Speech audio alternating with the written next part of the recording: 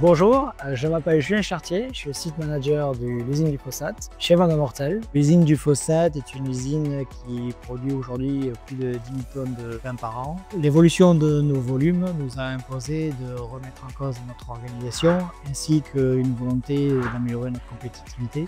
Donc nous sommes orientés sur l'automatisation de nos moyens, particulièrement à l'emballage, au travers de la mise en place d'AMR. Rio a décidé d'utiliser des capteurs de distance pour la détection des palettes sur batterie. Et là, le principe, c'est que dès qu'on va mettre le capteur sur la position, la distance va être détectée, la palette va être vue et une mission robotique va être lancée. Donc un robot va venir chercher la palette pour l'amener en stockage en zone surgelée. Donc c'est des robots qui sont en capacité de transporter des palettes jusqu'à 1 tonne.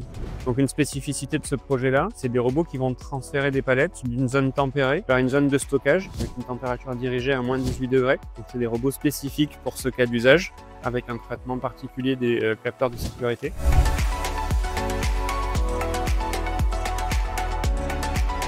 On retrouve le robot qui vient de prendre la palette en zone de dépose, en zone congelée, dite zone buffer, avec une capacité de stockage à chaque ligne de 7 palettes, ce qui permet de faire une zone tampon et de permettre à la logistique de débarrasser des palettes avec une vitesse un petit peu moindre que ce que la production les envoie en stockage.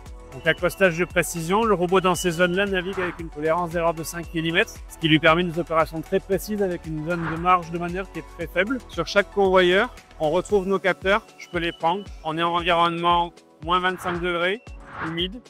Et pour autant, c'est des capteurs IoT, sans fil, sans câblage. Durée de vie des batteries, approximativement 2 ans.